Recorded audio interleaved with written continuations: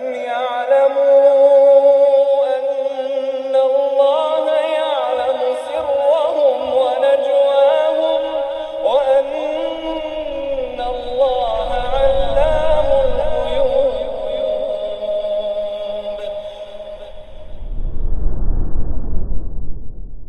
Bismillahirrahmanirrahim. Assalamualaikum warahmatullahi wabarakatuh. Innal hamdalillah nahmaduhu wa nasta'inuhu wa nastaghfiruh wa na'udzu billahi min shururi anfusina wa sayyiati a'malina. May yahdihillahu fala mudilla lahu wa may yudlil fala hadiya lahu. Asyhadu an la ilaha illallah wahdahu la syarika lahu wa asyhadu anna Muhammadan abduhu wa rasuluhu la nabiyya ba'dah. Amma ba'd. Ikhwas sekalian, kitab adab dan giat dalam menggapai ilmu. Kali ini di kisah-kisah sebagian dari ulama. Tentu setiap ulama itu sebenarnya punya kisah. Jangankan ulama, penuntut ilmu yang sekecil ana pun itu juga punya kisah dalam atau perjalanan dalam menuntut ilmu. Nah, bahwasanya para ulama, terutama mutaqaddimun, ulama salaf dan mutaqaddimun, itu perjalanan mereka dalam menuntut ilmu itu jauh lebih kencang, lebih keras, lebih syadid, lebih berisiko, dan ada sisi nyaris menuju kematian hanya demi mencapai apa yang kita sebut sedikit dari ilmu. Tetapi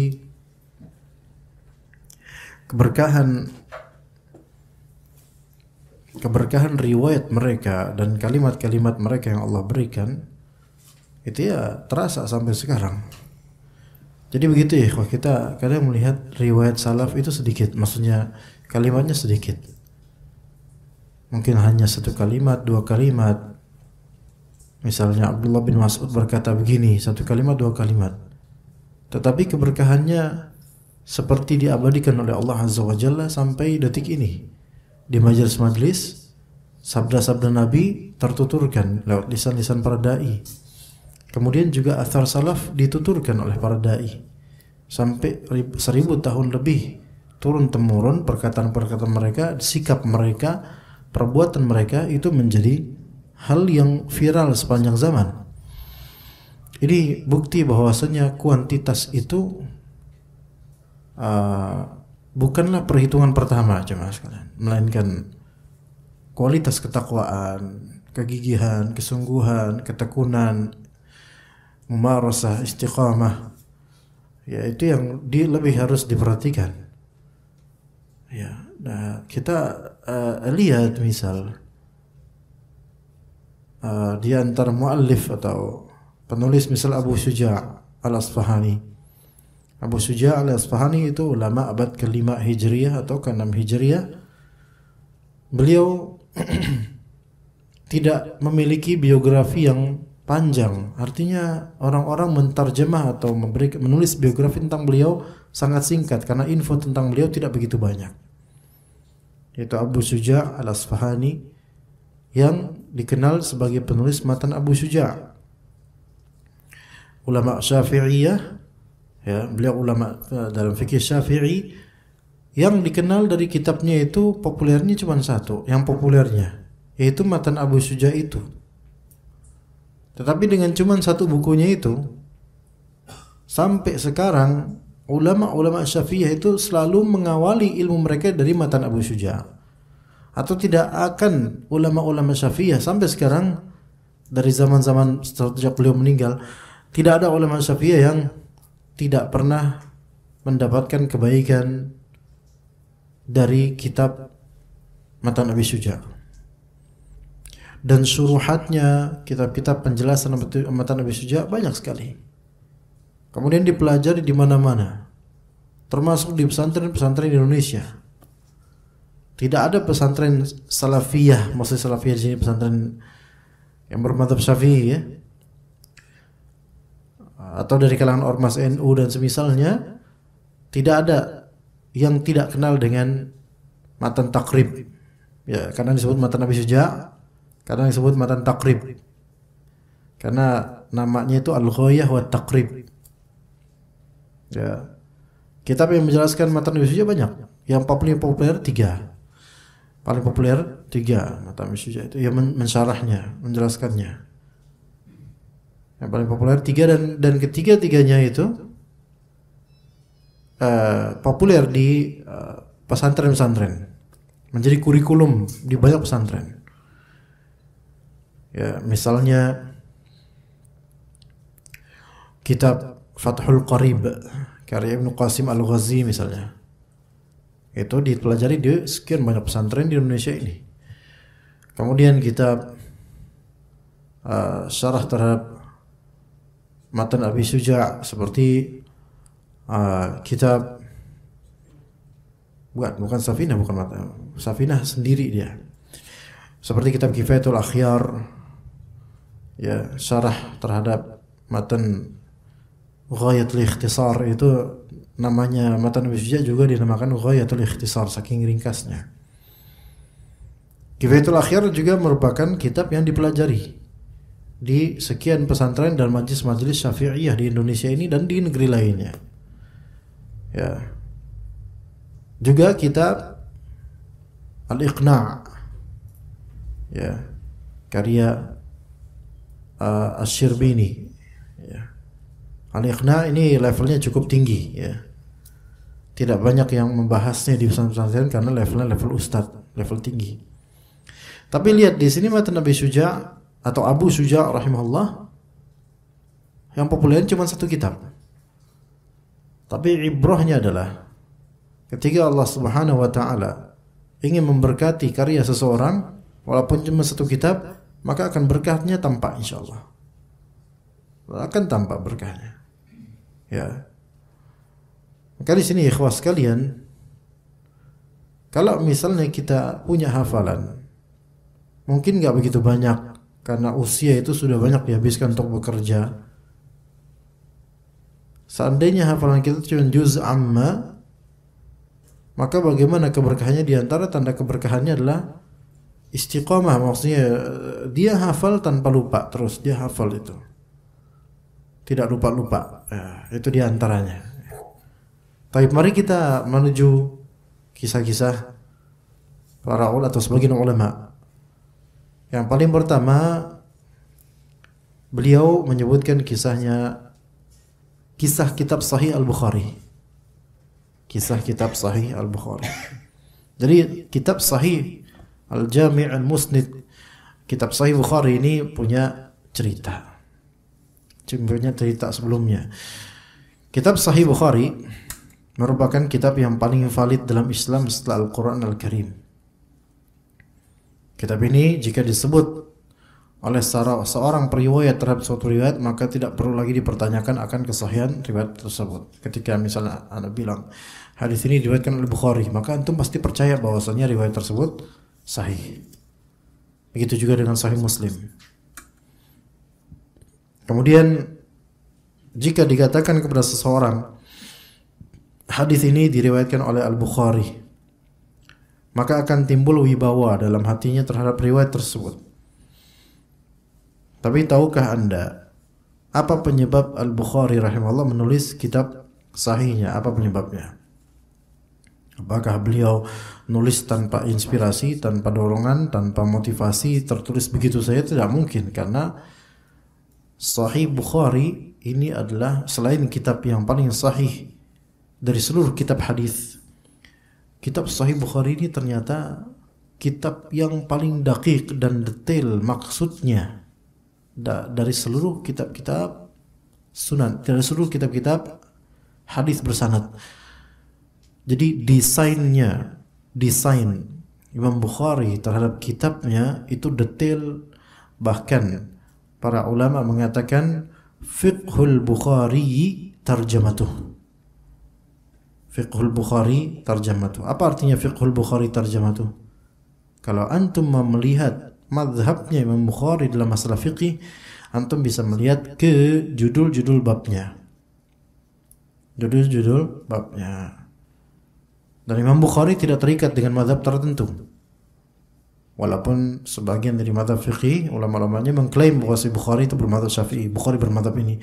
Enggak, Imam Bukhari rahimahullah Beliau ulama independen dari segi madhab, melainkan beliau madhabnya adalah madhab Imam Bukhari, madhab ahlul hadis.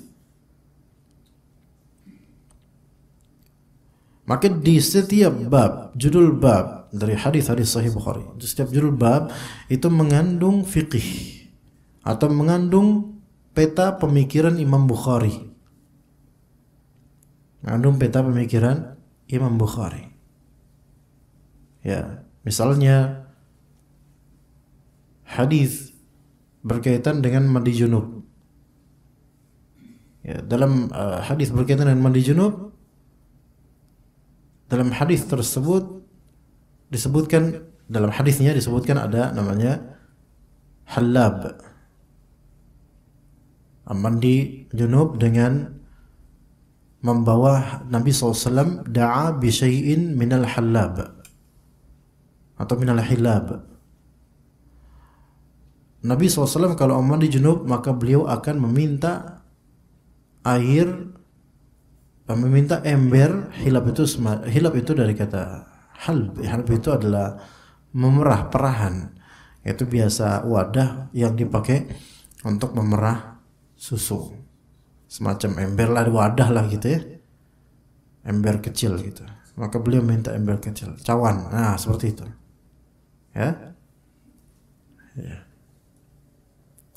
Maka itu namanya istilahnya halab tuh di bahasa Arab, istilahnya halab. Tapi ternyata dalam manuskrip dan nuskhah lain mungkin Imam Bukhari menemukan bahwasanya itu dengan lafal jim, bukan halab tapi jim, jadi jilab.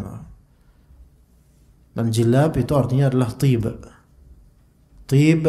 atau misik Persia, aroma Persia, misik atau kasturi Persia dan semisalnya, misik Faris. Maka di sini dari hadis ini Nabi SAW, dari lafal ini, redaksi atau manuskrip yang berbeda, Imam Bukhari kemudian memberikan judul babnya untuk hadis tersebut adalah yang maknanya anak tidak hafal bahasa Arabnya, pembaban atau membuat bab dengan judul yaitu mandi junub dengan bejana atau dengan tib, minyak wangi. Artinya di sini fikihnya apa? Fikihnya adalah antum mandi junub bisa dengan wadah, dengan air, oke? Dan boleh juga antum mandi junub dengan hal-hal yang sifatnya harum. Tetapi itu setelah antum telah membasuh semua badan dengan air. Nah, di sini ada isyarat ya. Kadang orang menganggap kalau mandi junub itu harus pakem, nggak boleh pakai sabun, nggak boleh pakai apa. Maka dengan fikihnya Bukhari ini menunjukkan bahwasanya seseorang ketika mandi junub, yang penting dia bersihin dulu semua tubuhnya, dan setelah itu dia boleh apa? Pakai sabun, sampo dan seterusnya. Itu maksudnya. Itu ada fikihnya. Dengan pembahasan, dengan lafal di bab yang simple, tapi kemudian kalau antum pahami baik-baik bab tersebut, judulnya itu, antum akan mendapatkan fikih. Tapi nggak bisa kita orang awam memahami langsung, melainkan itu sudah diulik-ulik dan ditafsirkan oleh para ulama. Di antara yang paling baik dalam menafsirkan judul-judul bab tentu adalah Imam Ibnu Hajar Al-Asqalani dalam kitab Fathul Bari. Ya. Jadi Imam Bukhari ini dari judul bab aja itu sudah punya grand design. Makanya beliau rahimahullah berkisah bahwasanya untuk kitab Sahih Bukhari ini, kitab sahihnya, beliau setiap mau menulis satu hadis itu beliau akan sholat 2 rakaat terlebih dahulu. Dan itu bukan kebid'ahan, itu bukan bid'ah, melainkan maksudnya sholat 2 rakaat, sholat apa? Salat istikharah. Karena ini perkara besar bagi beliau. Kalau mencantumkan hadis ini perkara besar.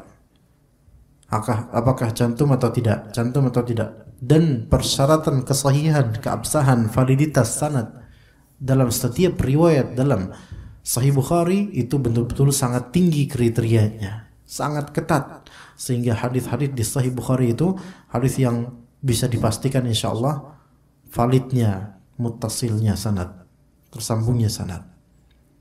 Tahukah Anda apa penyebab Imam Bukhari menulis kitab sahihnya yang fenomenal dan monumental dan sampai sekarang dikonsumsi, dan setiap waktu lafal Al-Bukhari juga disebut-sebut dalam majelis-majelis? Sebabnya itu kalimat yang didengar oleh Al-Bukhari, hingga kalimat itu Allah mudahkan baginya untuk menulis kitab tersebut. Dan dengan kitab itu terangkatlah derajat Imam Bukhari menuju derajat yang sangat tinggi di tengah jantung kaum muslimin. Ya, semua orang tahu nama Bukhari, walaupun nggak kenal Imam Bukhari kayak gimana, orang nggak tahu. Ya, tapi ada teman anak, kakak kelas anak dulu pesantren yang lebih afdol menjamak, yaitu nama dia apa? Bukhari Muslim. Nama dia Bukhari Muslim, masya Allah. Ya, nanti antum punya anak begitu kan, sekarang pesawat 3 harus pakai nama Ahmad Bukhari Muslim, ajib. Itu menjamak 3 imam ahli hadis. Ya, iya. Ntar kemudian anak berikutnya Malik, Syafi'i, Ahmad. Ya, masya Allah. Iya, ajib. Ya, tafadhol kalau mau diamalkan, tafadhol. Hanya satu kalimat dari gurunya, ya. Di sini diringkas, sebab ditulisnya Sahih Bukhari. Sebenarnya ada 3 versi cerita, tetapi yang paling terkenal dan semoga itu yang paling sahih, yaitu ketika Imam Bukhari itu masih dalam masa belajar di majelis hadisnya seorang alim namanya Ishaq bin Rahawayh. Sebenarnya Ishaq bin Rahawayh atau disebut juga Ishaq, kadang-kadang Imam Ishaq. Ini guru Imam Bukhari. Lafalnya namanya Ishaq. Kalau antum kadang mendengar nama kayak gini, Rahawayh, belakangnya Haway atau belakangnya Way, wa, ya dan ha, bukan tak marbutah, ha akhir. Ada beberapa ulama akhirannya ini namanya.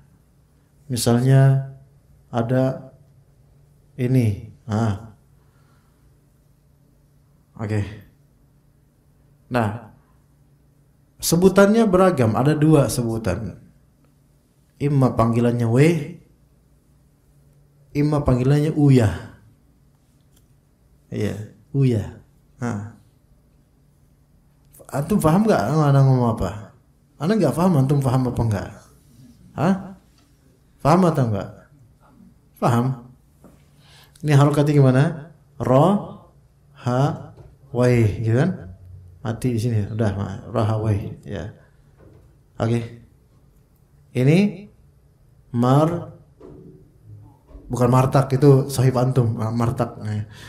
Mar da wai. Panjang mardawai. Ini ya. Tapi bisa juga dibaca apa tadi? Ro.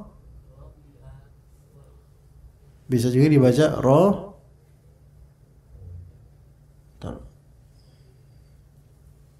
Ro, hu, ya. Kalau ini berarti gimana? Du, ya. Ya, memang paling basic ini, umumnya ini sebutannya.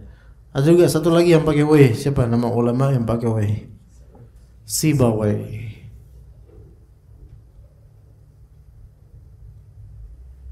Sibawai, itu wazannya seperti ini. Ya, bisa juga disebut Sibuya, bukan Sibuya dari Gua Hantu, itu sahib antum. Sibuya, gitu. Ya.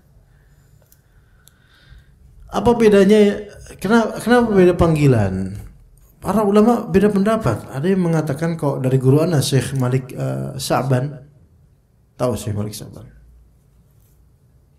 dari Jordania, muridnya Syekh Albani, dan beliau ngajar Libya itu sejak anak masih kuliah. Beliau ngajar Libya sejak tahun 2012 atau 2013. Itu di Roja juga pernah diundang kalau nggak salah. Di masjid-masjid diundang, ya. Beliau mengatakan waktu itu bahwasanya kalau ahli fikih menyebutnya rohawai, tapi ahli hadis menyebutnya rohuyah. Gitu.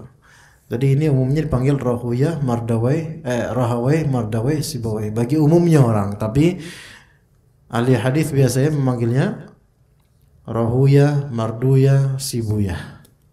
Itu kata beliau. Ya, wallahu a'lam. Ada juga mengatakan yang lebih sahih adalah ini.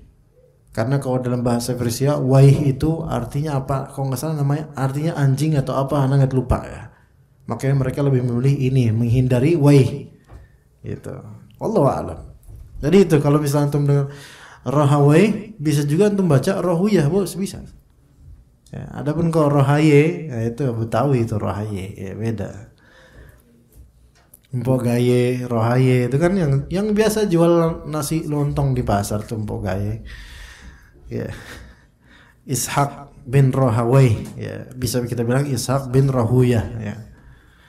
Beliau mendengar Ishaq bin Rohawai berkata di sini. Berkata kepada murid-muridnya, seandainya saja ada di antara kalian yang mau mengumpulkan dalam satu buku khusus yang berisi hadis-hadis sahih dari Nabi SAW.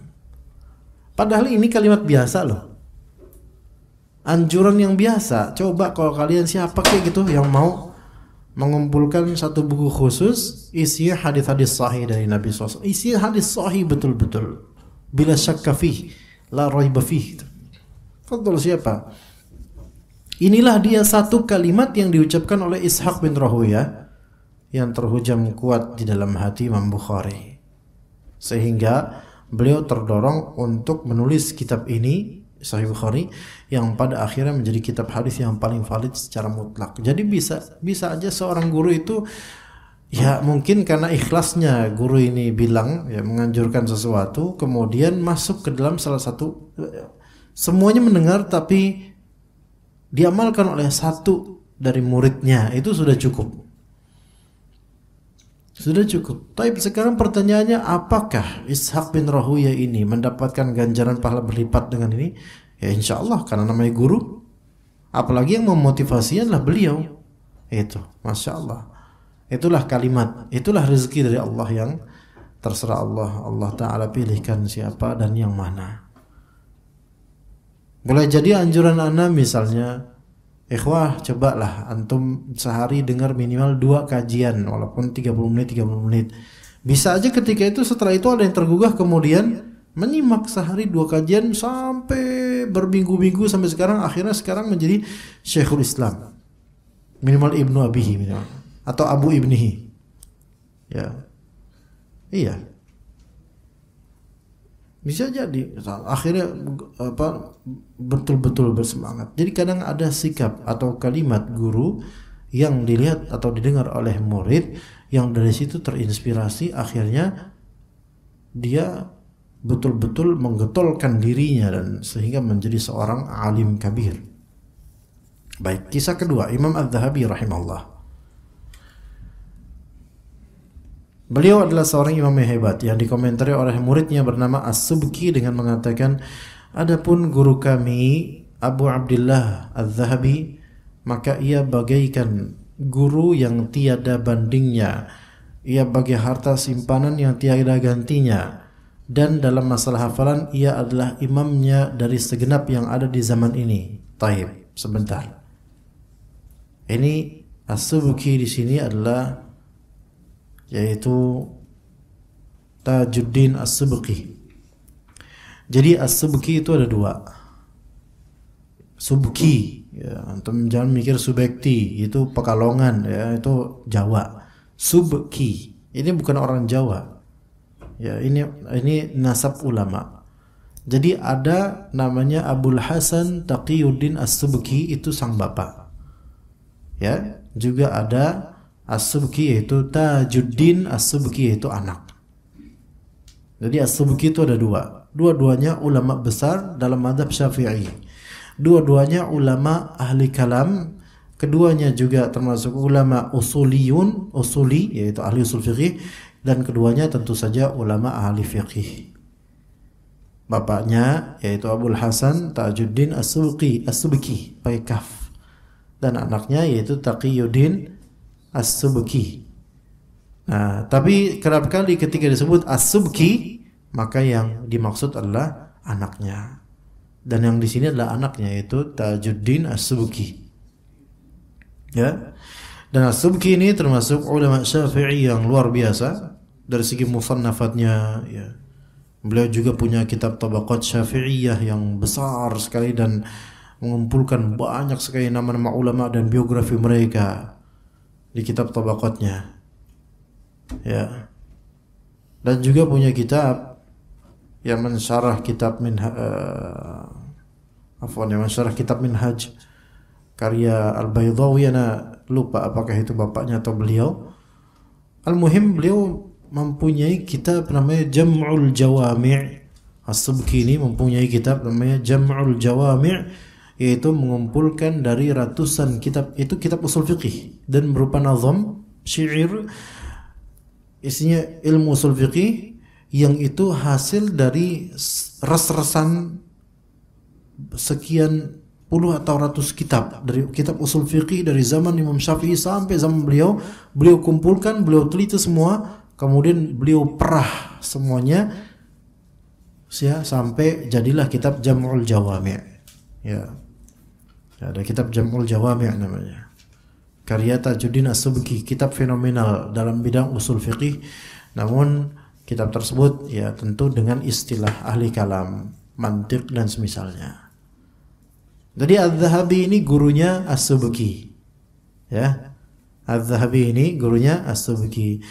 Az-Zahabi ini termasuk ulama Syafi'iyah juga. As-Subki juga ulama mazhab Syafi'i juga. Hanya saja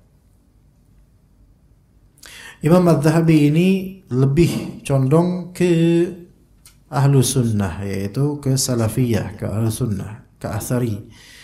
Kalau As-Subki ini Asy'ari tulen, betul-betul sangat Asy'ari, muta'assib dengan keasy'ariannya.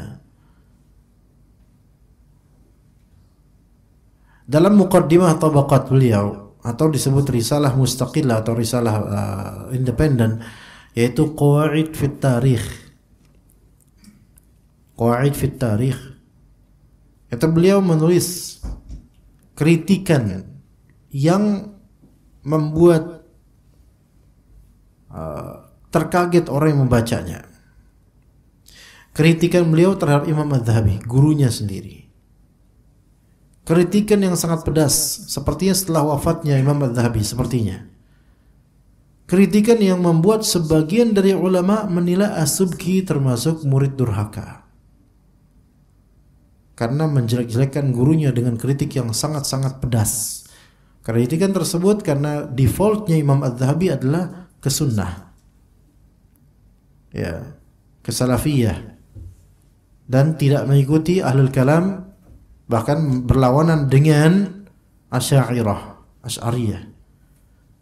Imam Az-Zahabi ini pejuang sunnah juga, ikhwan, ulama ahlus sunnah wal jamaah. Berbanding terbalik dengan muridnya As-Subki yang beliau sangat tulen dari segi kalam, Asy'ariyah. Maka Imam Az-Zahabi punya beberapa kitab untuk mentakrir akidah Ahlus Sunnah wal Jamaah.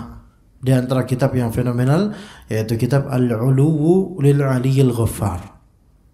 Yang dari situ riwayat-riwayat, puluhan atau ratusan riwayat yang menyatakan bahwasanya Allah Ta'ala beristiwa di atas arsy. Allah Ta'ala maha tinggi sesuai dengan kemuliaannya. Dan ini sangat bertentangan dengan mazhab Mu'tazilah dan juga Asy'ariyah. Walaupun mazhab Mu'tazilah dalam masalah sifat Allah Azza wa Jalla seolah-olah ada pertentangan dengan Asy'ariyah, karena Asy'ariyah selalu mengkritik Mu'tazilah dalam masalah sifat. Namun pada hakikatnya Asy'ariyah mutakhirin, udah mulai zaman Ar-Razi sampai zaman As-Subki, itu satu nafas sebenarnya dengan Mu'tazilah ujung-ujungnya. Antum bisa baca hal-hal seperti ini di tulisan-tulisan Ustadz Firanda, hafizallah. Ya, Anda melihat di Indonesia ini hanya beliau satu-satunya Ustadz Da'i Ahlus Sunnah yang bisa merangkai tulisan lebih detail mengenai perselisihan Mu'tazilah, Asy'ariyah dan Ahlus Sunnah. Lebih-lebih juga beliau punya buku ajaran akidah Imam Syafi'i yang banyak ditinggalkan pengikutnya, itu luar biasa. Lam yusbaq alaihi, itu belum ada yang seperti beliau sebelumnya ini, hafizahullah. Ya, memang tulisannya agak berat untuk kalangan awam, tapi bagi tulabul ilm maka tulisan itu bermanfaat. Tulisan beliau itu sangat membantu untuk memetakan pemikiran Asy'ariyah dengan Mu'tazilah dan juga Ahlus Sunnah wal Jamaah, itu Salafiyah. Nah, di sini As-Subki berposisi sebagai siapa? Muridnya Az-Zahabi. Tetapi di sini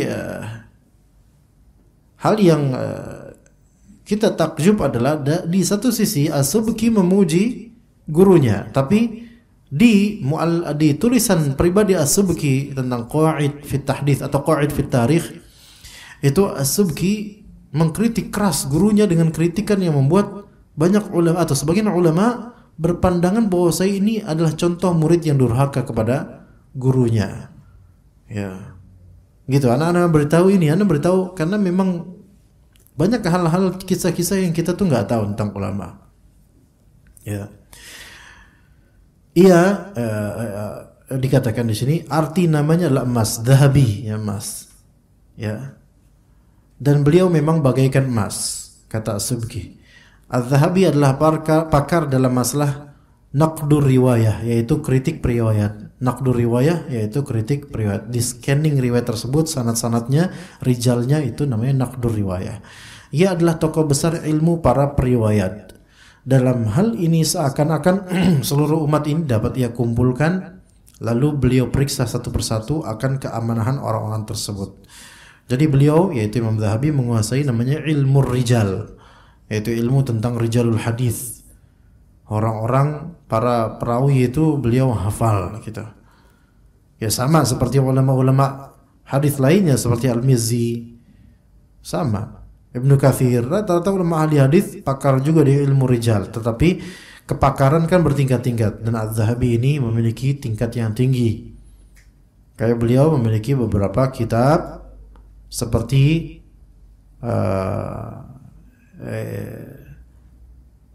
Lisanul Mizan, ya, entah Mizanul I'tidal atau Lisanul Mizan, itu ana kebalik dengan kitabnya Ibnu Hajar. Ya, juga beliau punya kitab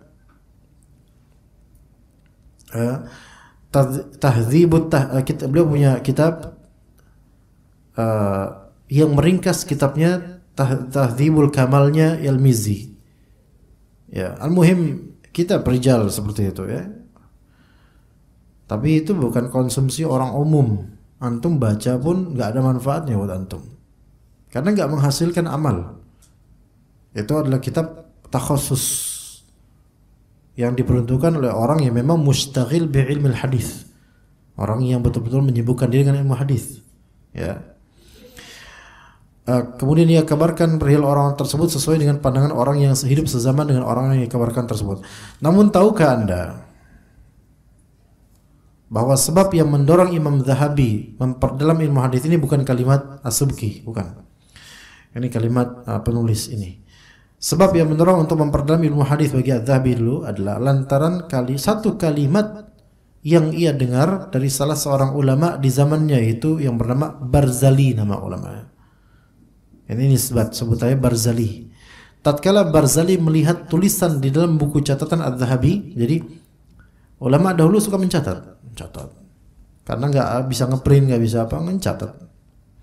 Ya, ngelihat tulisan di buku catatan Az-Zahabi, maka Barzali berkata, sungguh tulisanmu ini seperti tulisannya para pakar hadis. Catatanmu ini ada nafas-nafas kepakaran atau bibit-bibit calon pakar gitu loh. Maka Adzabi berkata, maka karena kalimat tersebut Allah Ta'ala menjadikanku mencintai ilmu hadis. Kadang penilaian dan ponten dari guru itu memotivasi murid. Tapi ini kan, jadi orang ya beda-beda, nasib dari Allah kan beda-beda. Ada yang karena dipuji dia kemudian semangat. Ada yang karena dihinakan maka dia terus berusaha untuk menjadi yang lebih baik. Ya beda-beda orang. Jadi kita nggak bisa menggeneralisir. Kalau dijelekan pasti itu orang bakal down. Nggak semuanya. Ada orang dijelekan dia bangkit. Ya saya bisa insya Allah, nggak seperti yang mereka katakan. Gitu. Ya misalnya ketika antum ya kemudian mencatat kajian gitu, catat. Terus ustadznya bilang, antum catat apa? Anak catat faedah ustadz. Coba anak lihat catatan antum. Dilihat ustadznya, Allahul musta'an. Ini tulisan Allah. Dokter aja nggak bisa baca, akhi gitu. Antum gimana nulis kok kayak gini, Allahul musta'an.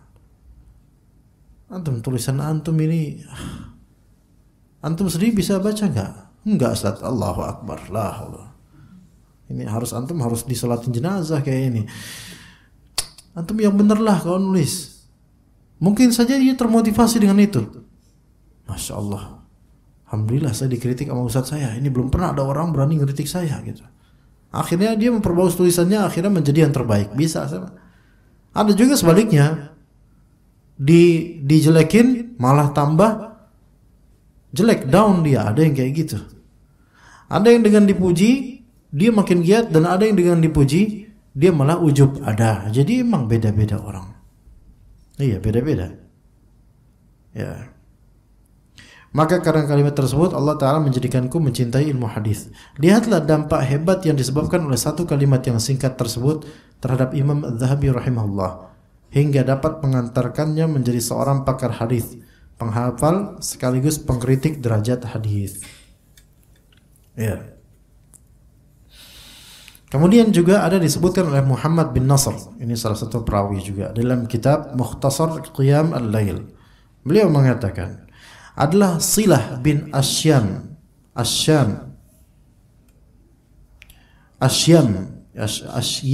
ya, Hamzah, Shin, Ya, Mim, di mana ia pergi menuju padang pasir untuk beribadah dalam rangka menyendiri uzlah. Ini namanya Silah. Apa nama orangnya? Silah. Ya, sama seperti silaturahim dari kata silah. Ya. Itu pergi ke padang pasir untuk berta'abbud dalam rangka uzlah. Taib uzlah apa hukumnya, ikhwan? Uzlah itu seperti i'tizal, menyendiri, apa hukumnya? Kalau dia uzlah untuk menghindari fitnah, maka ini disyariatkan. Kalau dia uzlah untuk fokus ibadah tetapi tidak meninggalkan hak-hak wajib, maka itu enggak masalah. Tapi kalau uzlah disertai dengan kebid'ahan seperti bertapa, wirid-wirid khusus, maka ini bid'ah sebagaimana dilakukan oleh orang-orang sufi. Ya, tapi uzlah di sini dia meninggalkan hingar-bingar dunia untuk berta'abbud ibadah. Sebagian ulama itu melakukan uzlah, ya kawan. Sebagian ulama, maksud ulama yang betul ulama melakukan uzlah, tapi uzlah mereka uzlah yang syar'iyah. Di antara contohnya sebelum anda lanjut, di antara contohnya Al-Imam Jalaluddin Abdurrahman As-Suyuti, ya, wafat 911. Pernah dengar Suyuti enggak, ikhwan? Pernah dengar sebagai apa? Tukang ketoprak? Karena sebagian orang namanya Suyuti. Tapi orang enggak tahu itu nama ulama, enggak tahu. Itu Suyuti nama ulama besar sekali. Al-Imam Suyuti ini rahimahullah, beliau menguasai seluruh disiplin ilmu syariah. Dikatakan ulama semua disiplin ilmu syariah beliau punya muallafat di situ. Beliau punya karya yang mu'tamad, karya yang menjadi sandaran ulama setelahnya. Semua funun. Tapi dikatakan semua funun, semua disiplin ilmu kecuali satu. Katanya, yaitu bidang faraid. Beliau enggak bisa bidang faraid. Ilmu waris, ya. Ya. Imam Jalaluddin Abdurrahman As-Suyuti ini, beliau itu di masa sebelum usia 40 tahun, beliau adalah ulama yang betul-betul gigih dalam menuntut ilmu dan gigih dalam mengajar sebelum usia 40 tahun. Ketika beliau mulai usia 40, itu nggak nulis, nggak nulis. Jadi ngajar terus dan nuntut ilmu terus di sebelum usia 40 tahun. Ketika masuk usia 40 tahun, usia dewasa, usia kematangan usia ya. Maka dan kematangan talabul ilm, udah berpuluh-puluh tahun dia menuntut ilmu, maka mulai dia melakukan yang namanya uzlah. Uzlah, menyendiri, artinya mengasingkan diri di suatu tempat. Sebagian ulama menceritakan bahwasanya beliau sengaja pergi jauh menuju ke Syati'il Bahr. Apa itu Syati'il Bahr? Ke pinggir pantai. Beliau beli rumah di dekat pantai, daerah pantai gitulah, dan menyendiri di situ. Di situ beliau mengumpulkan seluruh maktabahnya, perpustakaan taruh situ, beliau baca banyak dan sambil beliau mulai menulis. Jadi mulai 40 tahun beliau mulai menulis. Dan karya beliau itu ratusan buku. Ya. Memang sebagian ulama itu di zaman dahulu banyak yang baru mau menulis di usia mulai 40 tahun. Sebelum 40 tahun mereka nggak mau menulis buku. Itu banyak. Di antara Ibnul Jauzi, mungkin pernah Anda sebutkan di sini. Ibnul Jauzi dalam kitab beliau Saidul Khatir menyebutkan bahwasanya usia matang 40 itu usia yang cocok untuk menulis karena sudah dengan pengalaman hidup dan pengalaman untuk ilmu yang panjang. Adapun sebelum itu tidak direkomendasikan untuk membuat karya tulis, maksudnya buku gitu. Maka Imam Syekh Muhammad Nasiruddin Albani ketika mentahqiq kitab Saidul Khatir, maka beliau juga menyebutkan di footnote-nya, artinya sadaqa Ibnul Jauzi, betapa benarnya Ibnul Jauzi dalam ucapannya. Ya. Sepantasnya seseorang baru menulis, ya, ketika dia masih menulis karya ilmiah baru ketika dia usia 40 tahunan. Tapi tidak berarti itu hukum syar'i ya. Sebelum itu fadhal boleh bagi yang mampu. Nah, jadi uzlahnya Suyuti ini uzlah yang syar'iyah karena beliau memang pengen fokus untuk menulis. Itu enggak apa-apa. Tapi kembali ke yang tadi, ada silah, namanya silah, Pak Silah. Azan lah. Azan. Akhir. Kita azan dulu kalau gitu. Habis itu kita silah dengan cerita silah insyaallah ta'ala. Baik, kita insyaallah kembali ke Silah bin Asyam. Jadi tadi kisah gimana Silah ini pergi menuju padang pasir untuk beribadah dalam rangka uzlah. Namun kita husnudzan uzlah yang beliau inginkan adalah uzlah yang syar'iyah, ya, meninggalkan fitnah atau meninggalkan meninggalkan hal-hal yang membuat dia terjerumus ke dalam maksiat dan lain-lain, ya. Adapun kalau uzlah dalam arti yang meninggalkan dunia secara total kemudian menyiksa diri dengan ibadahnya, maka tidak. Ya, kita husnudzan saja. Maka di perjalanan itu di daerah tempat dia mungkin daerah tempat uzlahnya, tempat menyendirinya, kadang beliau melewati beberapa anak muda yang sedang bermain-main. Memang anak muda itu kan rata-rata bermain-main ya, rata-rata ya. Sebagaimana ikhwan di sini tuh rata-rata terlihat muda. Ya, ketika Anda buka kacamata, ya, kelihatan muda antum. Masya Allah, minus 3 jadi nggak bisa ngeliat antum. Tapi ketika Anda pakai kacamata, Masya Allah, ya, rata-rata standar 40 ke atas, Masya Allah, ya. Tapi jiwanya muda, Masya Allah. Buktinya nggak ada yang pakai masker kecuali antum. Covid lagi naik loh. Kalau ini memang anak wajibkan pakai masker antum, ya. Antum pakai masker kenapa ya? Menyelisihi jumhur. Hah? Kenapa lagi naik Covid? Nah. Maksudnya jumhur juhala, maksudnya jumhur. Maka anak-anak muda ini lagi main-main, lalu ia memberi nasihat kepada mereka dengan kalimat yang tidak strict, bukan kalimat sorry, tapi kalimat yang membuat mereka nanti mikir gitu. Coba kata beliau, wahai para pemuda, beritahukan kepadaku tentang suatu kaum yang hendak safar, namun setiap kali siang tiba, setiap kali siang tiba mereka tuh mampir ngaso gitu loh. Dan setiap kali malam tiba mereka tidur. Safar di zaman itu nggak kayak safar di zaman ini, ikhwan. Jadi bayangkan safar di zaman itu, jangan bayangkan safar sekarang. Ya bisa sih dibayangkan safar zaman sekarang, tapi sambil jalan kaki. Ya. Ayo sob, antum pergi ke Gede Bage, ya, atau Gede Bage ya, Bandung ya misalnya, ke Bandung baik ke Bandung aja lah, yang nggak terlalu jauh sih, mau Bandung itu jauh sekali.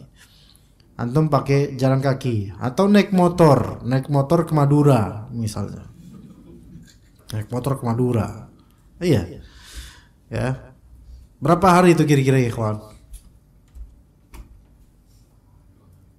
2 hari mungkin? 2 hari, type.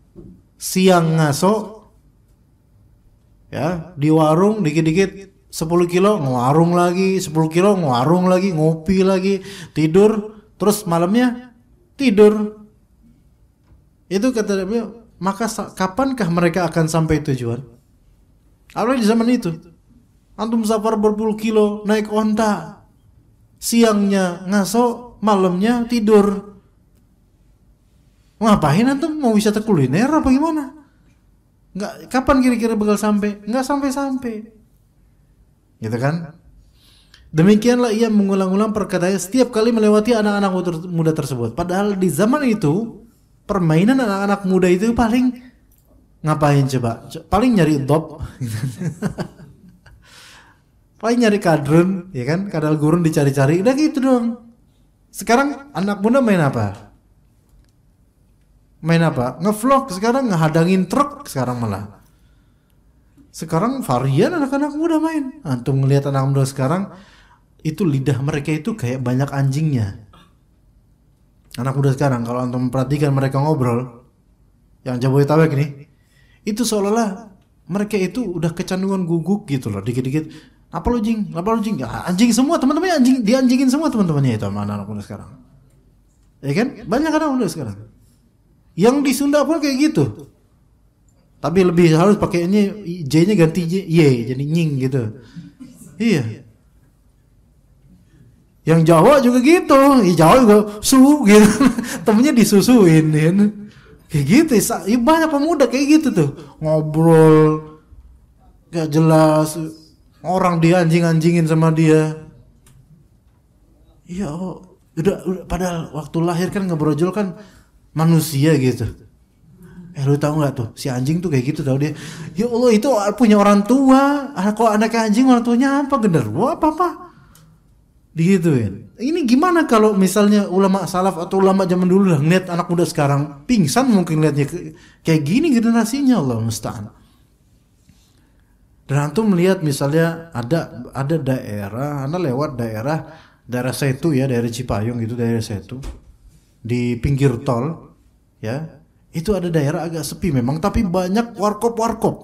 Itu kalau sore atau maghrib atau bukan maghrib, malam habis isya, Anda lewat situ, kalau pulang ya, Anda lewat situ tuh, ya kan tenang gitu, enak, gelap gitu, banyak yang gelap gitu. Itu banyak warkop, semacam warkop gitu, warung kelontong atau warkop, banyak itu situ. Itu antum akan temukan bejibun anak-anak muda, bukan rame maksudnya, banyak anak muda pada duduk semua. Ngapain coba ikhwan? Semua nunduk, khusyuk, khashi'in, qanitin. Ya mereka semua duduk, ini meja 6 anak muda gini semua sambil main game semua. Dan game yang dimainin sama. Kan biasa gitu ya. Battle antar ini mungkin ya. Anda enggak tahu gamenya apa, Anda enggak tahu lah. Dan enggak ada cara tahu juga. Cuman semuanya kayak gitu, enggak ada yang ngobrol, semua silent. Udah kayak orang lagi sholat jemaah. Diem, khusyuk banget. Tapi tiba-tiba nggak ngomong, tak boleh itu. Tiba-tiba tuh kayak gitu. Lihat kalau misalnya Silah ini ngelihat anak-anak muda zaman kayak gimana, mungkin pingsan kali ingatnya. Allahul musta'an. Itu selalu kayak itu. Berita orang yang bersuara kaum yang dia lagi safar, setiap siang tiba mereka ngaso, setiap malam mereka tidur. Kira-kira sampainya kapan gitu. Suatu hari ia lewat lagi, kemudian mengucapkan hal yang sama kepada mereka. Tiba-tiba seorang pemuda dari mereka tersadar akan maksud dari perkataan ini. Baru ngeh gitu maksudnya apa. Dan dia berkata, wahai teman-teman, ini kalau bahasa sekarang guys gitu, bahasa sekarang ya. Wahai teman-teman, demi Allah, sungguh yang dimaksud orang-orang ini orang tua ini itu perkataannya itu kita sebenarnya. Jadi ketika mereka lagi main-main gitu, lewat dia orang tua sambil ngomong misu-misu sendiri gitu loh, apa ya? Coba perhatikan suatu kaum lagi safar, siang ngasok, malam turu. Lah, kapan sampainya gitu. Kayak nyindir gitu. Anak-anak mulai ini nggak ngeh, tapi udah berkali-kali digituin akhirnya nggak. Teman-teman, bener nih kayaknya yang diomongin ini kita. Soalnya kita nih siang main-main, malam harinya ngorok. Kemudian pemuda tersebut senantiasa ikut mengikuti mengikuti silah ini. Itu dia untuk beribadah dalam rangka uzlah ya, hingga ia wafat. Hingga syekhnya itu istilahnya wafat. Artinya di sini kalimat itu memberikan hidayah dengan izin Allah Taala, menjadi gerbang hidayah buat pemuda ini. Itu bisa seperti itu. Maka janganlah Anda meremehkan kebajikan sekecil apapun, karena bisa jadi Anda membaca sebuah buku yang tipis atau menghadiri majelis ilmu seorang yang masih junior. Masya Allah. Walaupun kalau seperti Anda yang masih junior ini, antum juga perlu menghadiri majelis yang kibar, ustadz kibar ya. Jadi nggak bisa independen kita, antum juga harus menghadiri atau menyimak asatidzah kibar. Ya, kemudian mendengar suatu kalimat, walaupun ustadz ini ustadz yang nggak populer, dan betapa banyak ustadz yang belum populer, dan boleh jadi ustadz yang belum populer Jabodetabek ini atau dimanapun atau di desa-desa, boleh jadi mereka lebih afdal dari segi ketulusan. Dan Anda malah lebih merasakan begitu ya kawan. Adapun yang mainstream yang sudah di YouTube udah banyak yang like, udah banyak yang subscribe, udah banyak yang nontonin dia, dan bahkan menjadi sandaran bagi banyak orang. Alhamdulillah baik insyaallah. Tetapi kalau keikhlasan kita nggak tahu, Allah lebih tahu tentang hati tiap manusia. Tetapi sebagai dai, ana katakan bahwa saya boleh jadi dai yang belum begitu terkenal, masih banyak ketulusan pada mereka. Karena sedikit amplop yang masuk kantong mereka. Ini anak katakan dengan pahitnya, anak katakan hal seperti ini dengan pahitnya. Iya. Ya. Dan bisa antum bilang semakin sedikit seorang dai menerima amplop, maka insyaallah semakin lapang dadanya dan semakin mudah-mudahan semakin lurus niatnya insyaallah, karena belum terfitnah dengan itu. Dan semakin besar dai menerima amplop untuk dirinya, untuk dia konsumsi, untuk kebahagiaannya pribadi, maka wallahu alam. Mungkin saja keindahan kalimatnya itu bukan karena keikhlasannya, tetapi karena apa? Karena sudah berpengalaman dalam merangkai kalimat. Bisa jadi begitu. Ya. Ini enggak untuk antum refleksikan ke ustaz-ustaz lain, enggak. Tapi jangan pernah remehkan dai yang mungkin enggak terkenal. Ya, jangan langsung antum enggak terkenal. Kan biasanya kan kita gitu nilai dai itu baik atau enggaknya dikenal sama orang apa enggak gitu loh. Maksudnya subscriber banyak atau enggak. Belum tentu ikhwan. Kalau memang kita tahu ini dai ini sunnah dia spiritnya sunnah insyaallah, ilmunya insyaallah benar dan ada rekomendasi juga, tapi enggak begitu terkenal, insyaallah dia malah kalimatnya walaupun sederhana, insyaallah ketulusannya itu berbuah insyaallah taala. Ya, jadi begitu ya.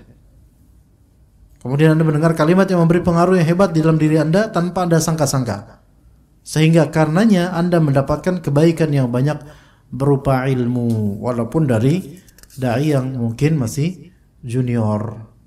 Ya, nanti insyaallah akan ada kisah-kisah berikutnya, dan beliau nanti akan suatu saat menyebutkan di kalimat-kalimat berikut, di paragraf berikutnya tentang Syekhul Islam Ibnu Taimiyah. Ini wajib nanti ada imam nih, harus ada nih pas kajian Syekhul Islam Ibnu Taimiyah, harus ada ya. Syekhul Islam SS. Kemana beliau? Ghair maujud? Terundang, harus ada. Karena ini saudara lagi dibincangkan ya, masyaallah. Ya, Ibnu Abihi ya. Ya, begitu ya ikhwas sekalian. Dan nasihat anak yang terakhir ikhwan, tetaplah semangat menuntut ilmu ya.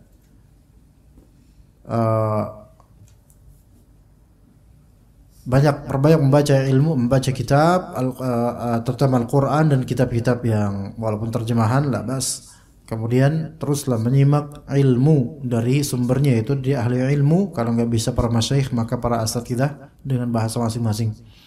Dan kembali Anda ingatkan 2 kali lah, dua kajian dalam 1 hari, jadwalkan, jadikan playlist misalnya gitu di YouTube atau semisalnya, atau download MP3-nya, dengarkan, simak sebelum pergi kerja atau sepulang kerja atau pas waktu senggang, maka simak tema-tema yang menurut antum bermanfaat untuk diri antum, yang bisa antum pahami, maka simaklah. Insyaallah itu akan menjadi ilmu yang bermanfaat dan rutinitas yang istiqamah. Jangan sampai ada waktunya nanti seseorang mengalami futur karena dia tidak pernah istiqamah dan merasa lesu dengan yang sedikit ini, akhirnya dia futur, terus meninggalkan majelis ilmu, bahkan meninggalkan ilmu secara total. Dan kita punya beberapa teman-teman yang futur, padahal dulunya itu adalah orang-orang yang sangat getol menuntut ilmu dan bahkan rajin menyalah-nyalahi orang karena dia anggap malas mereka menuntut ilmu, maka disalah-salahin sama dia. Sekarang tidak ada satupun nafas ilmunya sama sekali, hilang sama sekali. Bahkan ada ikhwah yang walaupun alhamdulillah masih jenggotan kemungkinan, tapi sekarang dulu membincangkan ilmu dengan seperti orang yang pintar dan orang yang modern sekali. Namun kemudian Anda nggak tahu apa yang membuat dia muntakis intikasah, yaitu berbalik kemudian malah justru mulai mencurigai atau menjelek-jelekan dai-dai, mendiskreditkan ilmu dan kembali ke ilmu umum aja. Padahal dulunya semangat sekali betul-betul dalam membahas ilmu dengan bahasa-bahasa yang seolah-olah ini Masya Allah nih orang, dengan bahasa-bahasa modern. Tapi yang paling penting dari itu semua, pertama adalah kita itu harus mencari ridha Allah dalam menuntut ilmu ini. Karena betapa banyaknya orang yang berubah haluan dari yang tadinya rajin menuntut ilmu kemudian tiba-tiba hilang, bahkan melawan ilmu, karena dulunya ketika menuntut ilmu dan membicarakan ilmu itu karena ada syahwah khafiyah, yaitu karena ada syahwat tersembunyi. Yang dimaksud ini adalah pengen ngejar popularitas atau cari muka sama beberapa orang, atau supaya dianggap begini begitu dengan lisannya atau dengan jubah keilmuannya. Itu yang harus kita hindari ya ikhwah sekalian. Jangan sampai terjadi intikasah. Anda melihat antum Masya Allah, rata-rata Masya Allah kita dengan baju koko, dengan penampilan seperti penuntut ilmu. Jangan sampai penampilan seperti ini atau pembicaraan ilmu ini hanya supaya dilihat atau didengar, melainkan kita cari ridha Allah Azza wa Jalla dan membuat salat kita itu supaya semakin baik. Itu supaya salat kita semakin baik ilmu ini ya, sehingga kalau salatnya semakin baik, maka insyaallah jawarihnya, amalannya, lisannya itu jauh lebih baik insyaallah taala. Seperti itu yang bisa Anda sampaikan, mudah-mudahan bermanfaat. Wassallallahu ala nabiyina Muhammad wa ala alihi wa sahbihi ajma'in. Subhanakallahumma wa bihamdika asyhadu an la ilaha illa anta astaghfiruka wa atubu ilaik. Wassalamu alaikum warahmatullahi wabarakatuh.